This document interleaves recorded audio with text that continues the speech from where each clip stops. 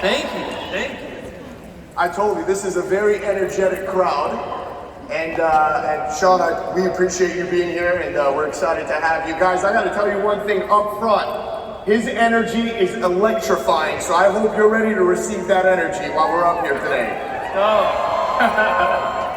Hey, so let's get straight into this. Yeah. I've got a chance to get to know you a little bit more backstage, and let's go back. You mentioned something, and I actually read this, that you think not many people know that you were born with a condition that could have been really challenging and could, for many people would say, this kid's not going to be active, he's not going to do anything. Can you start a little bit with that? Yeah, so it's wild. I mean, most people know me from my, hey, this is a big crowd. All right.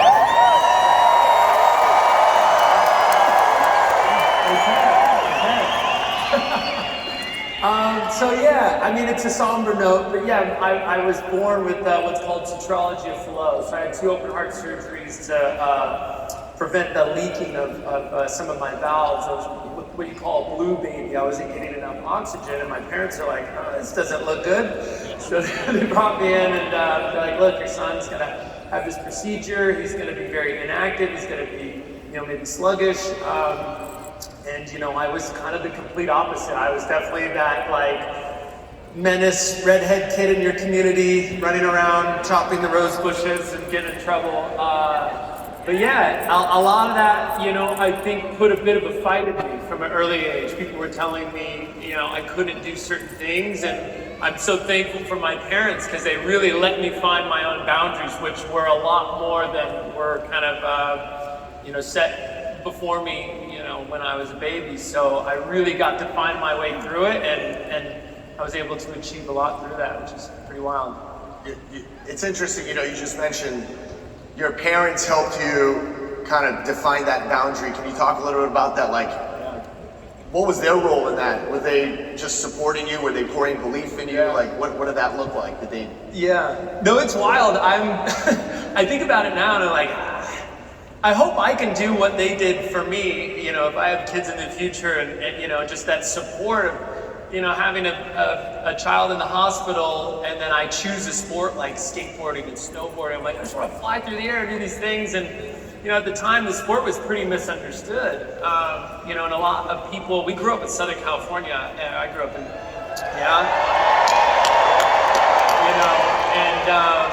so people surfed, people played soccer, it was an active community, but people didn't really fully understand snowboarding. So as far as they were concerned, we were risking our lives every weekend, and how could you let your cardiac kid do these crazy sports and all this stuff? And so, they really believed in me and just, saw that I truly loved the sport and just kind of let me go, which was pretty crazy at the time. That's awesome. Yeah. You look at, obviously, the journey you've had, the X Games, the Olympics, right? Just skateboarding, just that whole world in itself. You were kind of noticed early on, right? And there's talent there, there's potential there. How did that transform with time? Because many of us, the potential could be there. But how do you turn that into a commitment where it actually actualizes? It turns out into a real thing, and you're living, and then you become the Shaun White that you are today. Yeah. Thank you. Well, a lot of it was just right place, right time. I mean, I started skiing when I was probably 4. We took these little trips up to Big Bear Summit, the local mountains for us. And yes, it's so good. It's a fun place. And so I actually grew up riding there, and we go one trip, and my brother's like, I'm gonna do this thing called snowboarding. And I was like, oh, he's 7 years older than me, I gotta do what he's doing. So I begged my parents to put me on a snowboard. And I thought they were just doing me a service. They're actually thank goodness, because I wasn't allowed poles. I would hit, Ninja Turtles were a big deal in my world at the time, so I would hit my siblings and people, and so they're like, he's a terror on skis, we'll put him on a snowboard, and he'll be falling all the time. We'll keep track of him. And so obviously I figured it out pretty quickly. But that's how it all kind of started, and they didn't really make kids boards at the time. So my mom called Burton Snowboards, and I'm sure she hyped me up because I wasn't that great. I maybe had a couple days on the board. She's like, my son's amazing. You got to get him on the program. And I heard you guys are coming out with the first ever kids snowboards. So that was the perfect timing. And so I ended up getting sponsored by Burton when I was about 7 years old. And once that happened, yeah. So like, you know, once kind of the community that we lived in didn't really care too much, and you know, it didn't really seem to have this sort of future in it. But once somebody really believed in me, I went, oh, well, I have the sponsors supporting me, and people think that, you know, and it really gave me that kind of conduit to then like strive for, well, now I want to win the contest. And once I won one contest, it just built from there. But I always had this sort of want, you know, and then with that little ignition of the support and somebody believing in me really, you know, push things over the edge. So the environment had a lot to do with it. Yeah. But then, what were those little wins like? Yeah. It was feeding you, or like, what were you telling yourself? Yeah. As you started recognizing, I could do this. Yeah. I mean, I remember the point when it all changed. I was probably, went pro at 13, and I realized, you know, I could do the math of what my parents were making. You know, my mom was a waitress, and my dad worked in the city of San Clemente in the water department. And, you know, I had this big major competition that I won. I was 15, I went to Japan, and, you know, my mom convinced me they don't use forks, they only have chopsticks. So I was in my room just like training, like getting ready for my trip. But anyways, I get all the way there. I wasn't one of the like premier invited riders, so I was, you know, I was just like a guest, you know, kind of the sub in. And a lot of the guys got per diem to show up these things. It's Japan, they're in Tokyo having a good time. And, you know, they went out, had some fun, it was noticeable. And the next day, they got together and were like, we should all just split the money. We don't want to ride, we're just gonna put on a demo. And I remember sitting there like, man, I like paid my way here, and there's this and that, and like doing the math and all this. I was like, I don't even know if that's gonna cover the trip to get out here. And secretively, I had this big trick I wanted to unveil and all these things going on. So I sat there, I was like, all right, I want to compete. I want to compete, I want to ride. And that was a big turning point for me because my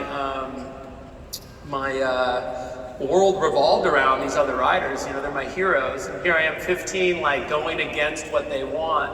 And it's not like they just go away. I see them on the next stop, like they're there. And I was like, no, I've worked so hard. It's like, even though the group is saying this, I believe this, and I have to stick with what I'm believing. I could just go with the flow, but I want to win. I want to succeed, and I've been practicing, training, doing all this stuff, and I'm at this point, this tipping point. And so I'm the only one that said, no, I want to compete. We ended up doing the event, and I won. It was $50,000 in a car. And wow, yeah, dude, they paid me in yen. I was like, oh, like, Mom, will they take this at home?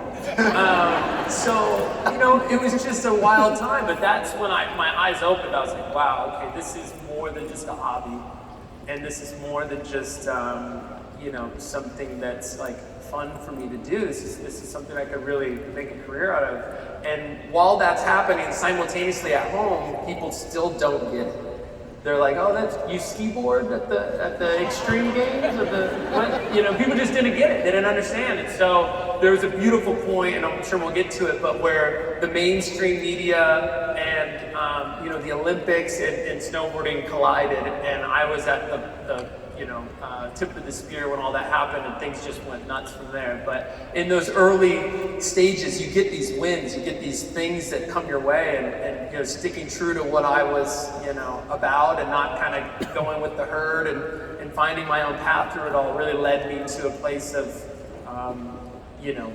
security and realizing that this could be something rather than just fly by night sort of thing. That's it. That's incredible. I'm just gonna sidestep on this real quick. If anyone missed it, what I'm catching, Shaun, is in the early stage, you're in this world, you're in this mindset, you've got some friends that are there with you, paid all this way. They're deciding they want to cool it. You're saying, I want to compete.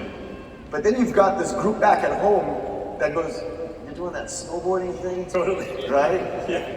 Kind of sound like our business a little bit, right? It's like you're still doing that financial thing, right? You're still doing that thing. So I'm glad to know what happened in your snowboarding career too, right? That snowboarding thing. No, totally. I want to just a couple experiences. I know you recently went really fast forward, but then we'll come back on this just to have fun on it. Didn't you just carry the Olympic torch? I did, yeah. I was asked to carry the torch in Paris. That's a big deal. You know, I remember getting the phone call like, hey, would you run the torch tomorrow? And I'm like, yeah, sure. You know what I mean? Didn't really think about it because I was there to do this big announcement. I'm sure it's something we'll talk about, but the announcement. But yeah, I show up, they put me in the gear, and all of a sudden, you know, once the Olympic outfit comes on, you start feeling that spirit. And I was like, oh, and now I'm running the torch. It was incredible. I would be lying to say I didn't get incredibly emotional after it. It was such an honor, such a privilege, and to feel that Olympic spirit in that way is so cool. And yeah, I was honored. I was really honored. So it's funny how Instagram works, because I posted about it on my way home, and they're like, "Are you supposed to be running the torch right now?" Like, you know, the guy on the plane's like, "I thought you were." Okay. Anyways. No, it has to be an experience in itself, right? Yeah. So, as we're on experiences, you've done a bunch of Olympics. Yeah. Right? What was the most pivotal Olympic that you competed in? Yeah. And then I'm gonna ask you for what was like your funniest story in the Olympics that you've had. So. Okay. I mean, you gotta. The first Olympics, I think it really jumps out. Obviously, it was, you know, the first time you ever do something, it's so monumental, and so it just leaves that impression. And you know, I remember I was about 15 years old. I was trying out for the 2002 Salt Lake Games, and I'm in first place. I need a first place finish to make the team, and there's one more rider to go. And I watched this guy come down and beat me by 0.3 of a point. 0.3 of a point. I was devastated. I was 15. I was crushed. And so, you know, we'll talk about these patterns that happen in life, but from that came the repercussion, the cause and effect, and I was just so fired up for that next Olympics. I was 19 years old, and I was just on a mission. And I'd won every single contest leading into the Olympics. And I remember getting there, and I'm feeling myself. Everything's going my way.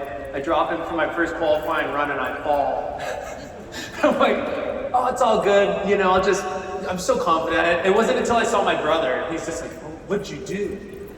You got one more chance to, and then it started to sink in, like, oh my God, what if I hit a snow chunk? What if there's a bird or like, you know, whatever, some freak thing that happens that causes me from doing well. And anyway, so I'm fighting for my life now at this point. I do the qualifying run. I get kind of reshuffled into the next pack of riders for finals, and I'm dropping in the middle, which was really special because I didn't have to wait till the end. I was warm, I was ready to go, and I knew my finals run better than I knew the qualifying run. I drop in, I have this incredible run, I get to the bottom, you know, I'm holding back the celebration, but I'm feeling really good about things. I'm at the top of the half pipe, and they run it reverse order now, so I'm dropping in last with the first place finish from the first round. And I'm standing there, rider after rider's going. No one's beating my score. Somebody's falling. The next. Finally, the person before me drops in and they fall. I just won the Olympics. I'm at the top. My legs are shaking, and I'm like, okay, I gotta do one more run, you know. And they call it the victory lap. So I drop in. I do some big airs. I spray the crowd with snow. And anyways, I get to the bottom, and I'll never forget this. You know, they put your whole family in the front there, which is such an awesome thing that they do. But I come sliding up to the family, and everyone's crying. No one had really cried at a competition before this. You know when dad's crying, it's something happened. Dad's crying. I'm like, are you good, bro? Like, I just love you, man. You know, and you know, my mom hugged me. She's like, you did it, you know, and she could see by my face. She's like, you don't get it, do you? You don't get it. And I was like, well, what? She's like, you just won the Olympics. You will forever be known as Shaun White, the Olympic gold medalist. That title will follow you the rest of your life. I get chills talking about it. Yeah. So, and so I was kind of known in the world of snowboarding. X Games was on its way up, and the Olympics, was really exploding at this point, and my world was never the same. I mean, I remember coming home, and it was just like, I had long red hair, I was pretty recognizable, but I couldn't walk through the airport without someone would break into that slow clap from the movie. And I'm standing there at JFK what do? You just throw but it was incredible, and to get that kind of recognition for my sport was also a really big deal because, mind you, at this point, for the majority of my career, people didn't really care or said I was throwing my life away, and I'd done it, So that Olympics to me was just such a turning point for my life, my career, everything. Yeah. Wow. to go from being defeated, right, and then the comeback, right? Because those setbacks really set you up for a good comeback. Mm-hmm. But I want to follow on that. Yeah. You wanted a funny story from the Olympics? I'm gonna come to that real quick. Please. But this is leading me to this question. Yeah. In that period, that you were quote unquote defeated, but then you're preparing for the next Olympic, the next comeback. Yeah. What was it? Was there a thought of like, I'm gonna quit? Yeah. Not for me? Or was it a thought of, dude, I'm coming and I'm just like, yeah. What was going on there? I think I was dealt a pretty big favor at that point, because at this point I'm trying to do tricks that people are doing. I wasn't inventing anything new. I was like, I just want to do what's happening, but just better than the next rider. Maybe a different grab, my own way of doing it. Maybe I go a little higher in the half pipe. And at that point, I was like, wow, it was just a coin toss that kept me from, and the guy that beat me ended up going to win the bronze. So I was in medal contention, and it was a coin toss that kind of kept me out of the race. And so I was like, okay, I have to win without a doubt. So instead of trying to do tricks that people were doing, I was like, I need to be here instead of, so with, it's not even a question. He won, that's it. And so I started training that way. Like, what's the trick that's going to separate me from everyone else? And that began my sort of, basically every season I try to separate myself from the pack, and either a different trick, the way I dress, the music we play, everything kind of came into that sort of thought process, and it really took me, far in my career. You're thinking outside the box. Yeah. You're thinking beyond what you're seeing from everybody else. Yeah. What are they not doing? And how can I be different? How can I stand out from the herd? Yeah. That's awesome. Yeah. All right, give us the funny story. I gave him this story backstage. Laughing before you shared it, so. I gave him this story backstage because you watch the Olympics and you're like, these guys, they got it together, right? They're real professionals. I was like, it's a little more loose than you would think. So the morning of the Olympics is Korea, 2018 in Pyeongchang, and everybody's like, what did you eat the morning of? And I was like, if I have to recall, it was chocolate cake. It was my buddy's birthday, and he's like, dude, I made the cake. You're not gonna have a bite? I'm like, I gotta go compete. He's like, just have a bite. So anyways, I eat the cake. I go to the event. It's brutal outside. It's foggy weather and cold. And when the sky is the same color as the snow, when it's overcast, and you start flipping, it's really hard to tell where you are in the air. And so they draw these lines on the half pipe wall in blue or orange dye so that you can kind of like an airplane, you start tracking these lines while you're flipping. Anyways, the day goes on, competition starts. I'm actually having a pretty horrible day at this point. Ask my coach at this time, who, mind you, fun fact, the guy that beat me in 2015 by 0.3 of a point, JJ Thomas, now is my coach at this Olympics, so that's a full circle of life, I tell you. So a little tough love, now he's helping me out, and so we're at the Olympics with him, and he's just like, we're done. He's riding terribly. The weather's horrible. What are we gonna do? And I'm fiddling with my lenses because you bring a bunch of different lenses in case it's sunny, in case it's foggy, in case it's raining. You want to change the lens so you can see what you're doing. And I finally lock in this lens. I'd been shuffling different ones. He's like, you gotta just pick one. So I pick the lens, we get to the top, contest starts, and I know something about myself where I don't fall a lot. And so I'm thinking to myself, perfect, like, when the time comes, I'm gonna put it down, because I've been falling all practice. I was like, no, we're just gonna do it when it counts. And so I drop in and I lay down probably one of the best runs I'd ever done. I was so proud, I was so excited. I get to the bottom and your face is covered with the mask and the goggles, and at this point, every Olympics that I'd won with my first run. And I got the victory lap. That happened in Torino, then again in Vancouver, and here we go. I'm at this Olympics, and I put down this amazing run. The score comes in, I'm losing it, and I'm so pumped up. I like pull my helmet off and my goggles out of air, and I throw my helmet. And I'm watching it go through the sky, and I was like, that's my only helmet.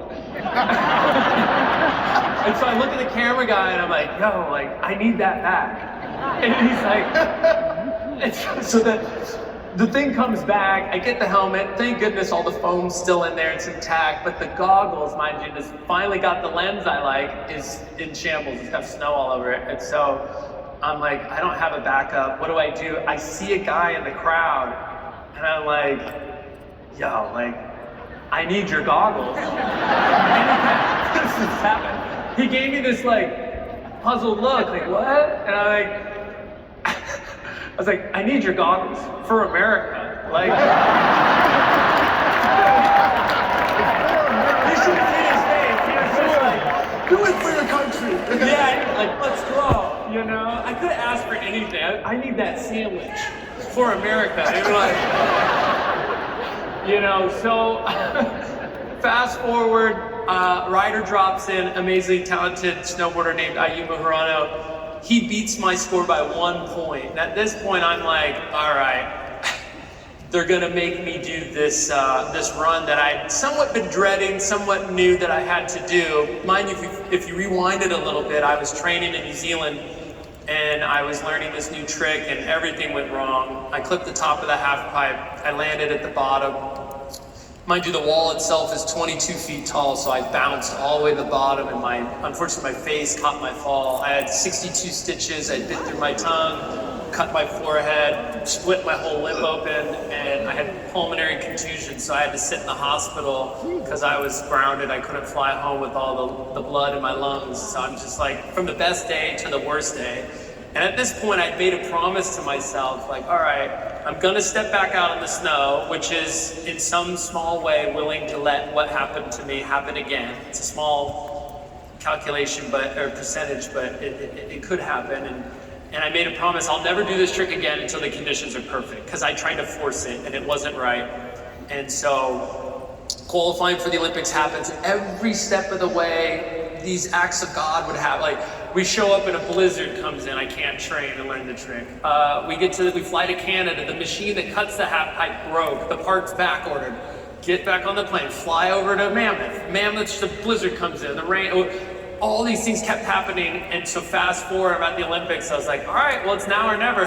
So I hadn't done that run until I got to the Olympics. And, you know, talk to anybody about, you know, wanting to practice a routine and really lock it in. And so there I am, I'm at the top of the half pipe, there's one more run to go. I'm the last rider to drop in, and I gotta do this run I've never done before with the trick that put me in the hospital. And I'm just like, okay, like, you know, and there's something I know about myself in those situations is things turn from I want to I have to. You know, and when you're able to change that seed of doubt of like, oh, this would be great if this happened, or I'm doing this. I mean, Tony Robbins says, burn the life rafts. Like this is it. This is what we're doing. It really, I feel like, improves the odds of the outcome if you're fully committed. And so I remember taking a moment to think of all the horrible outcomes that could happen as I'm walking up to the start gate, and then this thought popped in my head. I was like,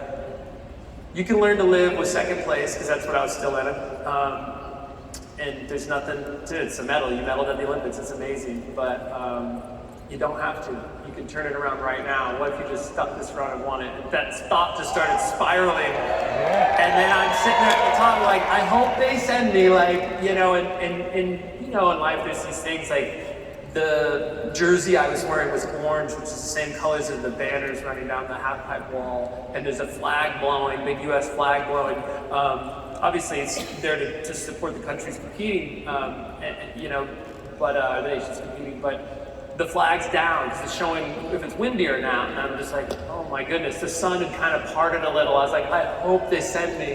And they're like, all right, rider ready. And I remember high-fiving JJ at the top, going, and I'm making my way through this run, and I'm feeling the first trick go through, and here it is, it's on the second wall. I throw this trick, I'm holding on for dear life, I come around, and there it is, I land it. And just like anybody that feels like a rally in a you know, ping pong, anything, you feel that second wind, that momentum shifting your way, and I'm like, I just gotta land this run. And so I keep making my way through the half pipe. It's really funny, if you watch the footage, you can see, it's so cold out, you can see me having like a jump, and then I breathe. So it's like a puff of air being released, and every hit there's a little exhale that I'm doing, except the last hit. He's holding his breath on that one, because I'm flipping and spinning through the air, and again, I'm looking for that blue line, and I remember coming around, landing that trick, and that was that. It was just one of the best times I'd ever done that run. First time I'd ever done that run. It's a wild story, but I'm not even the one doing it, and I have anxiety from it. Just the adrenaline of it, right? That was intense. Going through that. I'm checking the scoreboard, like, did I really do it? And then for after that, I kept having these nightmares that, like, the camera wasn't rolling. They're like, dude, could you just do it again?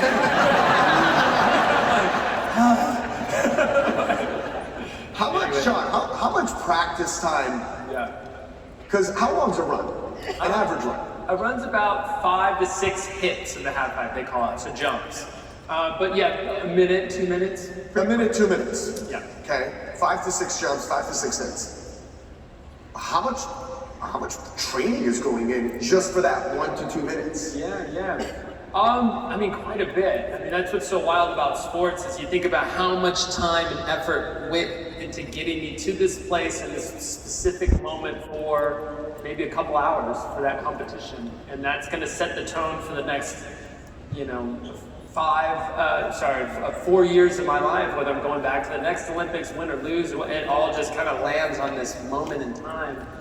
So yeah, so much effort goes in behind the scenes to be, you know, locked and loaded and ready to go in that moment. You want to really build the training to get to that point, the tricks, everything so you can peak at that specific moment. But yeah, it's pretty intense how it all boils down to this, you know, moment in time.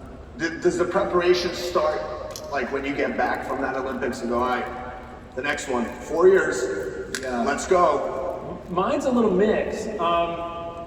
You know, I think the amazing part about competing for so long is you just learn what works for you. So I realized that, like, after that Olympics when I was 19, I went right back into snowboarding head on that next season, and it just, everything didn't have that glow. You know, the Olympics was such a big event and the world was watching. It was like, how does this look?